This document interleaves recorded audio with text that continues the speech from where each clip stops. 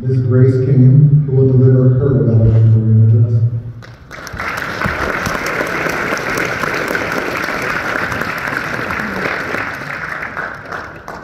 It is such a great honor to be standing here before you tonight as one of the valedictorians of our 2024 senior class.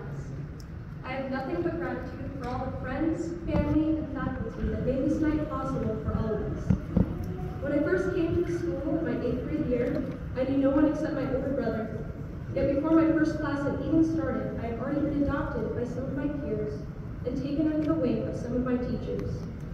You can still see that community present here around us today as we gather in this room, brought together by one single unified element, our ties with Founders Classical Academy. I didn't always have the privilege of attending this school. My first experience with the public school system was in kindergarten, and it was nothing to write home about. Before school started, I was already at an upper school reading level, thanks to what I had learned watching my autistic brother's speech therapy programs over his shoulder. Reading and learning were wildly encouraged at my house, and I was excited to continue that learning in a social environment by going to school. However, my hopes were dashed when I was met with active discouragement in the classroom. My teachers were indifferent to who I was as an individual, and I never made a real relationship with them. The school library actually didn't let kids check out books that were considered above their grade level. All of a sudden, learning went from interesting and fun to suffocating, dry, and boring. It was like they were setting me up for failure.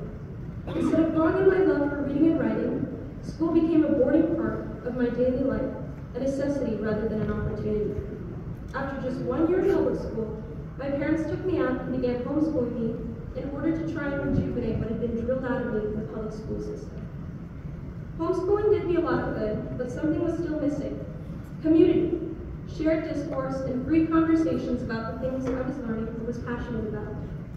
When I came to Founders Classical Academy in 8th grade, all that changed. Wary as I was about the classroom, considering all that I had done through under the public school system, I quickly discovered that Founders marched to a different tune. Even in my first year, my teachers formed active relationships with me, striking conversations, and providing advice when asked for it. To the teachers of Founders, I was more than just a body taking up a seat in the classroom. I was an individual with interesting thoughts and feelings that deserved to be expressed. I still remember bits of wisdom they gave me, the spark in their eyes when they taught us something that they were excited about. And it made me excited too. School started to really be fun again, and not just the social aspect. Learning became fun. I looked forward to my classes, and even though the homework was not always easy, there wasn't a day I didn't learn something that I hadn't before. Classmates were kind of genuine, and even though friendships have come and gone since then, there wasn't a time in all of high school where I truly had nobody. That sense of unity permeated everywhere. We were all kids trying to improve ourselves in the world around us. Teachers and staff always encouraged us to seek goodness, the truth, and the beauty in all things. They taught us how to be free thinkers, how to question authority in a way that mattered, how to accept when we're wrong, and defend ourselves tactfully when we're right. These shared values and goals, combined with the emphasis on healthy discourse, provided the seniors of Founders with the unity needed to get through this last challenging year. There is so much wisdom I've learned in my 5 years at this school that it's impossible to condense it all into a 5-minute speech.